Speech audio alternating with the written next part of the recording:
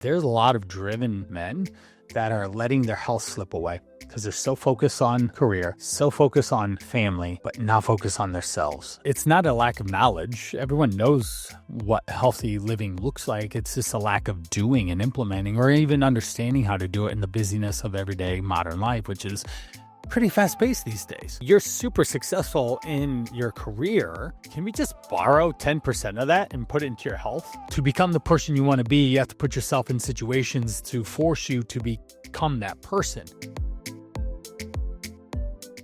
Brian, thank you very much for joining me on Success Matters podcast. You are a fitness coach. I've seen on your LinkedIn profile, you say to people, I'll help you lose 20 pounds in weight and those sorts of things. How did you actually start in this industry? How did you become a fitness coach? What's your background? I always like to take it back to that movie you might be familiar with, Rocky Balboa. Okay, yeah, right. And we had the training montage, the dun dun dun dun, and then music comes, and then he's running, he's running up the stairs in Philly. And he's exercising, he's training for the fight. And I always loved that scene in all the movies. And that really started to foster the training and such. I played baseball. I love basketball. I just wasn't really good at those type of ball sports.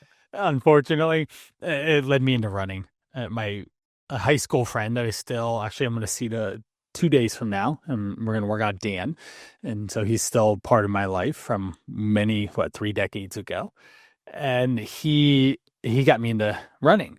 And then so I started training and running and trying to compete and be my best and learn about exercise, learn about nutrition as little. You'd have to read in magazines, people, the magazine articles about nutrition and different things that were coming up then. I graduated in 2001 and I'm 42 now. So there's a little bit of dating and age. So that started the interest, right? I get into my first real job was at the YMCA. Why? Because I wanted a gym membership for free. I'm in there. I had a, in quotations, maintenance job. Okay. I folded towels, I swept. And then all of a sudden, there's two gentlemen the one that hired me on, Carson, and Toad was the exercise director, said, hey, you're a young, able-bodied male with some energy that is fit. We need you teaching group exercise classes. And all of a sudden, I had Mondays, 5 to 5:30, phenomenal abdominal. That was the opener. the mats would be lined from one end of the room to the next, people saving their space to do abs because everyone loves ab class. And that was where I started fostering a love of teaching exercise. People loved it. I got paid to work out. That's cool, right? Especially when you're in college. Like, shoot, I'll work out all day and I'll get paid for it. This is amazing, right? Now, that fostered into a college degree of exercise nutrition. I stumbled into one of the buildings and it had a display that had all these exercise jobs on it. And I said, I could do any one of those. Sign me up. So literally the next day I'm in the College of Education and pursuing exercise-related, nutrition-related studies and graduate, and then turned into being a personal trainer for many years. I've owned 2 gyms for about 5 years. I have had some pretty cool accolades at a CrossFit World Champion at the age of 60, Betsy Finley, 2-time Olympian, in Tokyo and Paris. I worked with Sofia Reynoso as a Mexican kayaker.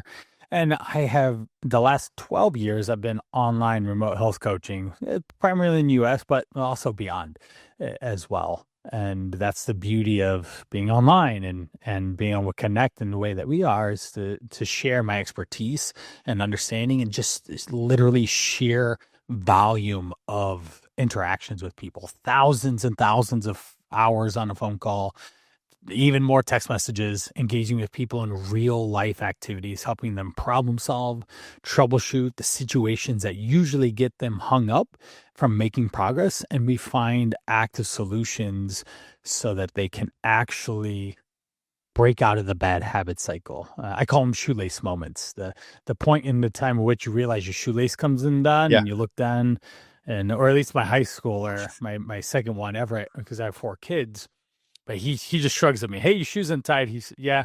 Now he's 6'3". Maybe he's just too. That's a long way Yeah, it's a down long way to to tie shoes.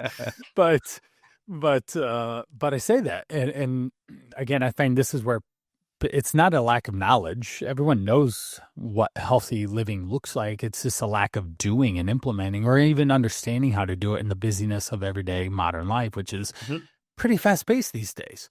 Now, he may stop and tie a shoe. He may just shrug at me like, yeah, I'll get it later. And so what happens in those moments? He might be fine. He might just keep walking around and the shoelace just flickers around and no problem. Or he might actually trip, stumble, fall, or faceplant.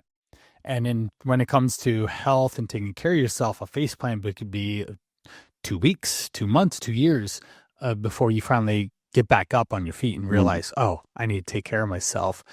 And at that point, you could be in a much worse position as a result of not paying attention. So not only do I aim to help clients tie the shoe, but to double knot the shoelace so that the shoes are less likely to come undone, because they still might come undone even if they're double knotted, but they will, the likeliness is significantly less. So that's what I've been spending a lot of my time doing. I love that analogy, the shoelace, because it resonates so truly with me and my own shoes that, there's so many times when my shoelaces have come undone and I've not noticed it. And then you do trip up also.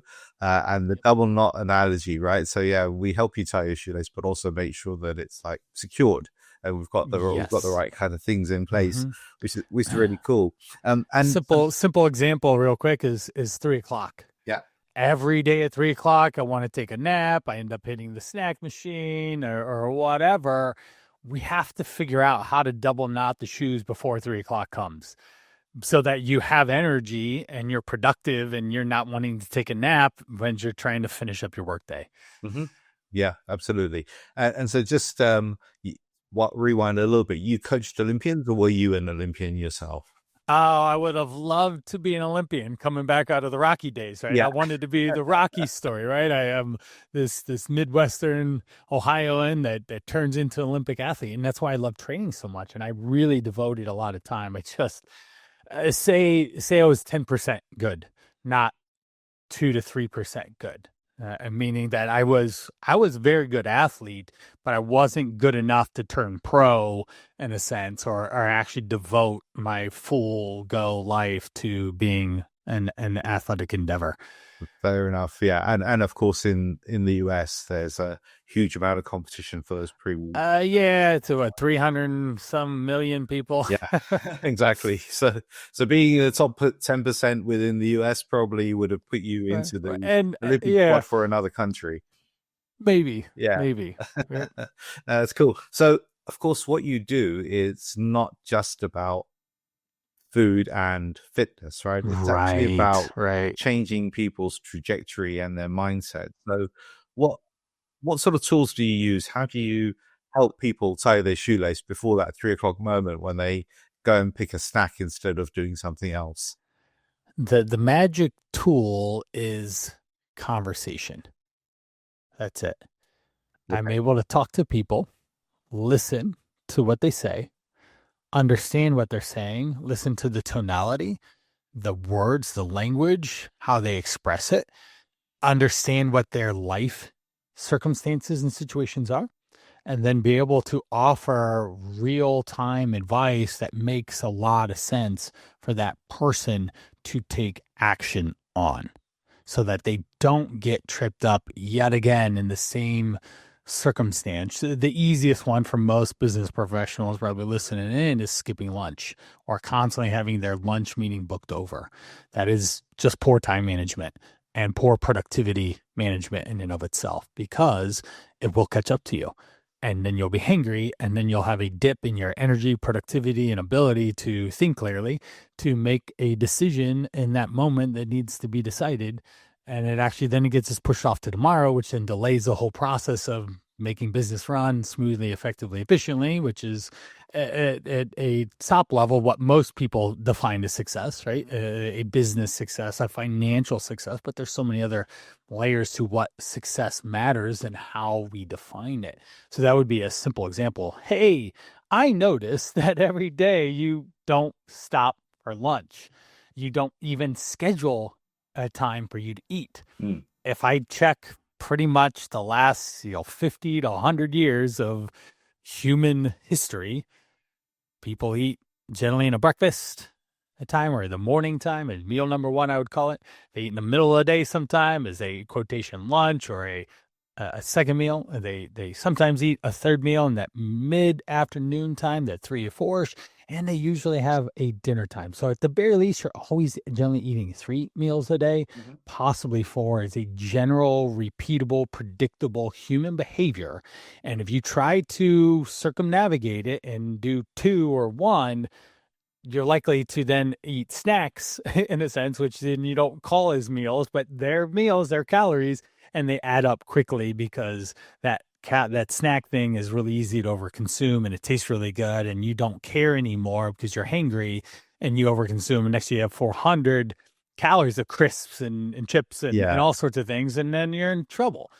Absolutely. Yes, indeed. And what about people who have like a working lunch?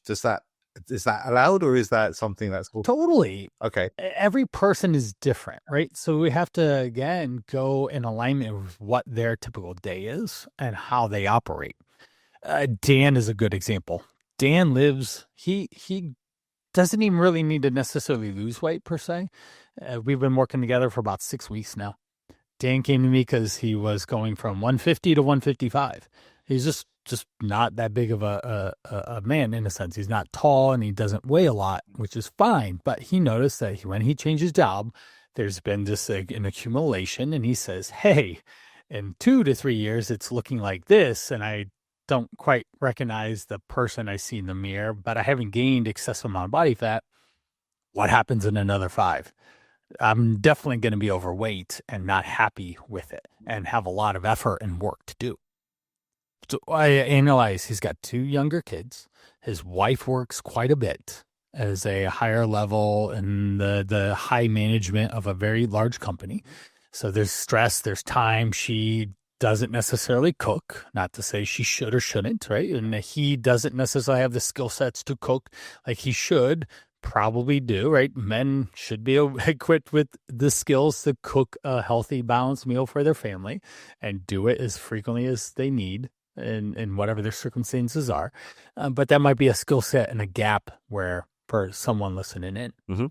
Then we have, so what we decided was, hey, instead of driving, how about we walk to work because it takes the same amount of time. And then we now pack instead of going out to lunch of whoever down the hall says, hey, I'm going to lunch, want to join me? And a random invite to, hey, I'm going to pack a sandwich, some vegetables, and a piece of fruit. And that's going to be an easy, repeatable lunch that he can rely on. That's an appropriate amount of calories, balanced with protein, carbs, healthy foods. And he can just take with him. And he also saves a lot of money because his packed lunch costs $3 in a sense. We'll just say it costs $3, whereas his eating out lunch costs $15 with tip. Yep. And the calorie difference of being exposed to, say, a 500 calorie meal instead of a 1,500 calorie meal, and trying to navigate that with the social pressures of sitting across from someone that may or may not care about what they are or are not eating. And so all of a sudden, for Dan, just by doing those 2 simple shifts, walking to work, walking home, so that's 2 miles of activity now, and packing a lunch that's healthy, it's 1 less decision that he has to make. He's in a prestigious college in Tennessee that has a lot of administrative responsibilities, and school's about to ramp up here in another 2 weeks for him. And he doesn't want to make another choice at lunch. Plus, lastly, even more importantly, the majority of the people on this listening in probably are very time conscious. I don't have a lot of time. They're busy. Packing your lunch and having something that you can pack in a short amount of time and eat in a short amount of time that keeps you in line with your goals is the most time efficient decision that you can make for yourself. Yes, there's so many nuggets within that. Walking walking to work, absolutely, or walking from your home to the station, or whatever mode of transport you need to use. It's so important. And I know from experience in the US, many people do not walk because No, either the it's not roads aren't there, the like sidewalks London. aren't there, or it's become a Right. cultural thing that I'm just going to drive. Yes. I'm I'll just gonna drive to the drive. Yep. gym to do my workout rather than walk to the Yep. gym. It's that kind of Exactly. aspect. Exactly. And then, So in yeah. that real specific situation, I just asked him to do two things, Mm-hmm. which then starts to give him more energy, which then puts him in a better mood, which then starts to create this momentum of a positive experience that then we can then go into the next thing, the next challenging. So I look at these low hanging fruit opportunities first and foremost, because that's the easiest, yes, that I can get out of Dan. And then we start working to the harder things because I can't just go in there and flip his kitchen table upside down and clear out his pantry and tell him to not eat a whole food group like carbs, right? A lot of people just cut carbs out. Well, I think of that as a 1990s strategy to manage your body weight. This is not a good way to go about it because every single person I've ever worked with likes carbs. So let's have a better relationship with them. So if I can get him doing those low hanging fruit, those really easy things, yes, first, then we can start talking about, okay, what's the frequency at which you go out? Oh, okay, Dan, you know that your wife has at least 3 or 4 days a week where she really ends up just running out of time and ends up just staying after work and food is on you. So how about we just get ahead of that curve and just think about what you, your wife, your family would like so you don't just default to going out to eat or ordering takeaway or whatever. And so all of a sudden you see how we start to build this momentum in the coaching because I listen to him, I understand his situation, and I can navigate him which way would best serve him. And he says, this is easier than I thought it was. I thought you were going to make me just eat, these 5 things and work out like a maniac at the gym. And we haven't even talked about working out at the gym yet. Mm-hmm. Yeah. And that's the thing. I think I recorded a podcast probably 2 years ago, actually, with a lady who is also a coach, and her world of work, a fitness coach, her world of work is more around mindset rather than the exercising side. So on that point, what is there an example of a significant mindset shift that you've come across through the work that you've been doing with your clients?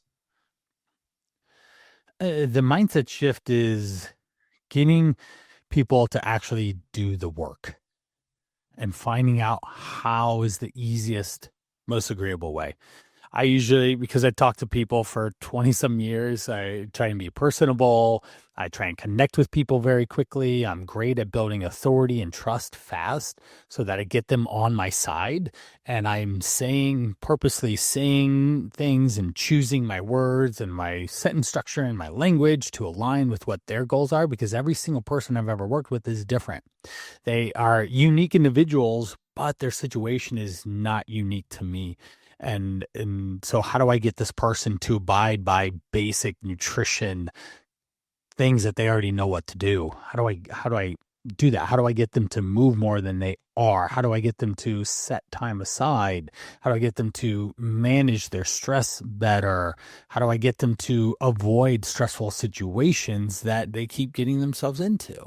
So the mindset shift is doing the things that we know we need to do in the easiest way possible, because a good example, Colleen, she said, Brian, on our very first call, this was say the consultation, I didn't know who Colleen was, and she struggled with eating some vegetables, and I said, hey, I really didn't like Brussels sprouts for 33 years, and then I found roasted Brussels sprouts, and I have a love affair with roasted Brussels sprouts because they're so good.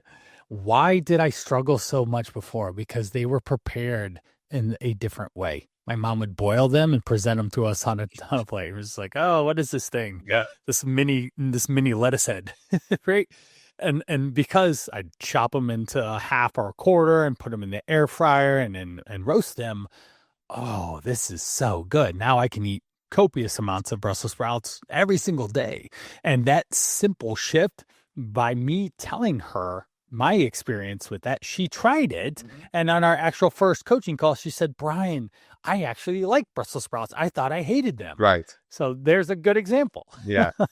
Yeah, so bringing an example into bear that someone can relate to, that then potentially not pushes them, but nudges them towards trying something themselves, or analogies, metaphors, stories, things like that I can leverage. I'll explain something 8 different ways until you do it. And I love it when I can get in, say a business owner.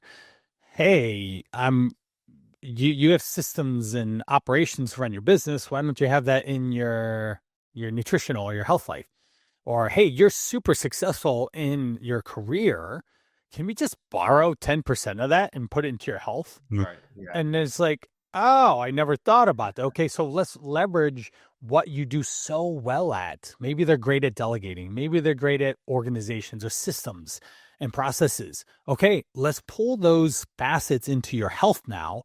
And then they're like, oh my gosh, you just gamified it. You just made it a business in a sense. You gave me KPIs for ROIs. Yeah. And now I can actually operate on a way that I can think of this in an easier way. I love that. And is that part of the reason why you are now, I'm putting words into your mouth here. You're in your LinkedIn profile, you talk about men who are 40 plus who are kind of like, is that why you're focusing on that category? Well, I'm 42, and when throughout my experience, I've worked with business professionals. Those are the people generally that can afford personal training. We had more of a boutique gym.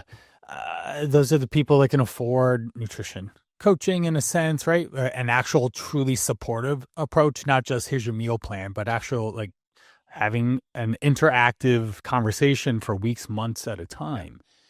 So those are just the type of people that I've worked with my whole career for 20 some years, is landing in front of people that are running businesses, busy in their careers, managing family. And I do that too. Like literally, I have 4 kids. I'm married 19 years. We travel. We've done all 50 states. We've done multiple countries, continents with the goal of all 7. So I'm living the life. I'm an entrepreneur for 15 years. But I do prioritize my health, and I've done it strategically to make sure that just with my job congruency, right? I can't show up looking 20 pounds overweight. How is this guy supposed to help me? Yeah. Right. So there's this professional congruency, but when it comes down to it is that there's a lot of driven men that are letting their health slip away because they're so focused on career, so focused on family, but not focus on themselves. And they're just going to push it off till tomorrow. But you and I both know tomorrow never comes. It's always still tomorrow. Waiting is not the game that any successful business person ever does, right? They don't wait. They make things happen. And I understand why a midlife crisis happens around this time, because mounds of stacking responsibility from a mortgage, from cars, from family, from all these responsibilities that have been created and put into your life, and you're trying to manage with just constantly the potential overwhelm or burnout. And some people, they burn things down, and or they're isolated. I have 4 good friends that we meet because of fitness. 2 from my high school days, Leo and Dan. I still see Dan regularly, weekly even, and we work out together. Leo, not as much. He's just busy. I see Chris. We worked out earlier today with my oldest son, Levi. Right. And so we schedule time on our calendars to work out. And then Andy, I'm running with Andy tomorrow morning. Guess what? 3 of the 4 are business owners, and we each have 3 or more kids. We're super busy, but we're prioritizing time to connect through exercise, which then opens up the avenue of deeper level conversation through connecting, of spending time with each other, but connecting and having more open conversations because there's trust built. But if I look at any other of my male acquaintances, the trust isn't built there. I'm not going to be talking to them about some of these deeper things that I talk to these other guys about, because I don't trust them. I don't know them. I haven't spent enough time with them. And that's what I found through just conversation with my acquaintances. They're living the same life. It's not very deep. There's a lot going on, but it's not very deep. They can't connect with a lot of people because they're too busy providing, too busy family rearing. They're just letting their health slip away as a result. And that's what I see is a lot of male isolation, a lot of lack of connection, good relationships, things like that. And you my kids need me when I'm 60. They need me to be as good as I am now or better actually, because I need to evolve. I need to have better skill sets and be able to effectively, lead, guide, support, and be there for my family, which is going to grow because if I have 4 kids, I'm gonna have son-in-law and 3 daughter-in-laws in a sense, right?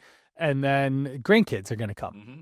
So I need to be able to connect with them, and exercise and activity can always be an easy opener to create those deeper level conversations and connections. Yeah. There's so much richness in everything that you're saying today, Brian. As you know, this podcast is called Success Matters. So what has success been to you? For me, I rely on that, or not rely. I identify with that heavy provider role and leadership in my family. So I will do the work. I will hustle. I will grind. I will put in the hours. I'll wake up early. I'll stay up late. I've done it time and again in my career. I've done it time and again in my exercise endeavors. I've ran a 50-mile race. I've ran multiple marathons. My son and I, we biked a metric century Sunday. It's at 62 miles. And so we just got up and we did it. And so I will do that. So for me, success for me is making sure that I stay in a healthy, energetic energy to be able to provide for my family. That's what success means to me. But we have to then take the second layer. It's not just financial success, because my wife will point that out. Hey, you're trying to make all this money or whatever, but what about the relationships that are going on in your household? Because we have 15 in my house with 4 kids. There's 6 of us and there's 15 relationships. Right. And I have to be able to manage those too. So success on another level is connecting with my family and creating real connections there for years and decades to come, so that I have a family that will ultimately take care of me when I'm in my elder years, right? I can be the elder with wisdom. So that's my level of success. And I'll say one more thing just briefly is that in my work, I'm always aligning with what other people define as success. Mm-hmm. Because I could come in and say, you need to lose 50 pounds, you need to do this, and that might not resonate with them. And then I've already started off the relationship and on a wrong step, right? So I have to ask questions, understand what they want, and understand their situation, as we've been talking about, and then start to advise and consult on what the next best things would be for them. Yeah. And I suppose getting to the bottom of why is that important for them, right? Because yes, we all, in today's modern society, we're battling, as you said, against those snacks, those high calorie, high rate, ultra processed foods that are not great for us, but we eat them, we consume them because they're convenient. We're getting marketed to. I could go to the grocery store, the gas station, buy 100,000 calories for pretty cheap. Yeah, exactly. And if there was like a little meter that you could put in front of every single item and see how much sugar is in there, you'd be off the scale, right? If you measure the tonnage of sugar cells in all of those, so we're battling against that. As well as, and I'm kind of losing track of where I was going with this, but it'll come back. So we're battling against that thing, and yet at the same time, when you're in your 40s and your 50s, you're trying to provide for your family. So you're working hard in terms of your job or your career or your business or whatever, and so it feels selfish if you look after yourself. So how do you solve for that? Yeah. I have been finding, especially more and more as I get on podcasts, the more that I connect and talk with leaders and other men's groups, that there's isolation, that there is a loneliness, that they're not actually connected to that identity that they want to be seen as. And so we have to then get to their why, their level of that deeper why, to help them lift themselves up and get to an identity purpose, not just I want to lose weight. And I think that creates such a bigger investment in your own health of I identify with being this leader in all areas of my life, not just I can make money or not just I can be a good husband or a father. Those are all three of those are very important, but we need to find some balance in it. We need to be able to better manage those areas. And I'm still trying my best to manage them all with self-employment, with a large family household and lots of demands on my schedule and time. Yeah. And it is a balance, right? And that's really important. So I have a tradition in my podcast that I ask a previous guest to ask a question for my next guest. And this is a great segue into that question because they asked, and I'll have to read it out here. Can you share a moment when you realized your old identity was holding you back? Oh, I would say it's even right now. There's a season of work that I'm going to. So I can look back in my career history of, okay, I was a personal trainer. Then there was this impetus to evolve to become a gym owner. And then there was an impetus that evolved to being an online coach, right? Say the personal trainer, I just literally outgrew the gym space. I came across someone that wanted to open a gym in my area, so I partnered up. It wasn't necessarily the best decision. It did force me to get into entrepreneurship, but the partnership, probably could have chose a better person, right, to work with, right? I learned a lot. I experienced a lot. It taught me lessons, right? I'm sure other people can resonate that. So then I'm in the gym thing, and then I leave the one gym, and then I sold it off, and then I ended up getting to another one, and then I end up selling that off, and then I find myself into another situation of, okay, do I do another gym? Do I go work for someone, or do I whatever? And honestly, I was forced into doing this on my own. Just be the set of circumstances and situations. And I've been managing that for 12 years pretty well. Now, in that time, where I'm at now is, this was a couple, even months or in the last year, of do I just play health coach or do I play Brian's a leader in this male space in a sense, right? Because they're two different identities. Yeah. I can totally play this. And if this was super easy, which it was for a long time, and it's not as easy anymore in terms of getting new leads, in a sense, even though a lot more people are overweight now, the access to new clients is just not as good as it had been. And therefore, I have to do something. So I'm sending email, I'm getting on podcasts, I'm speaking about different things, I'm connecting with more people than I ever have in the last couple of months and year to transition and become. So one thing, I'm a big Alex Hormozi fan, and one of the things that's actually on my lockout screen right now on my phone that I'm looking at, but is to become the person you want to be, you have to put yourself in situations to force you to become that person. That's what I'm doing. Right. Okay. And that's what I'm evolving to, because this identity I've wanted to do for 12 years. I've wanted to do this thing for a long time. Right. And because it was too easy here, I just stayed here and I played safe. Not that it was wrong or bad. I mean, my oldest is 16 now, youngest is 10. So I was in child rearing years too. But now as they're starting to be self-sufficient, I have to, okay, what is Brian doing for the next 10, 15, 20 years of his career to make the impact? And also right now at 42, am I 50% done, 60, 80, or 40% done? Who knows? But I'm starting to run out. And on my deathbed, I don't want to just play the safe game. I don't want to be the safe route. I want to have fulfillment, and the fulfillment lies in these type of transformations, or the things that we're talking about, is taking these concepts of nutrition or exercise or getting someone to just be more supported in their health journey to then transforming them into significantly different positions. I have stories after stories after stories of everybody, men, women, younger as well, kids, that when they take control of their health, they learn the skills around the better nutrition, better food preparation, planning, executing that. They exercise more.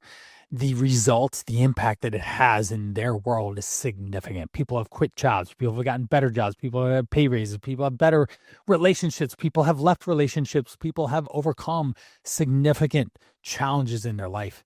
And that's why I do what I do. Those are the stories. That's the drug of choice that I'm after and I'm chasing, is these stories of, hey, I was overweight. I didn't feel good about myself. I was battling chronic illness or digestion issues or whatever.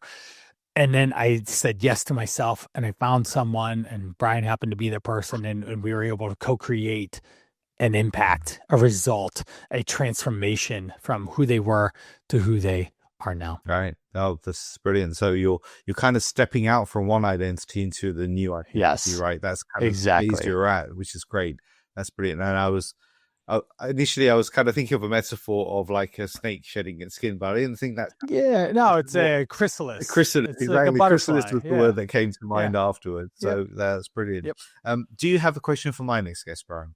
Yeah, I'm gonna go really lighthearted. Okay. Is what's for dinner tonight? What's for dinner tonight? I do nutrition coaching and stuff. We'll just keep it easy, because I imagine a lot of the questions you get are these deeper metaphorical type ones. So we'll just switch it up for you and just be silly. I love it. Hey, what's for dinner tonight? Because they either know what they're having or they have no clue, and then all of a sudden you put them on spot. It's like, well, I don't know. Or they'll have had it and they'll be kind of like, okay, so what did you have for dinner? This is brilliant. Do you know what's for dinner tonight for you? I don't, and 99% of the time I don't know what's for dinner. Even if I thought I knew what was for dinner, it could change very quickly. And so there are things in the fridge. There's food prepared.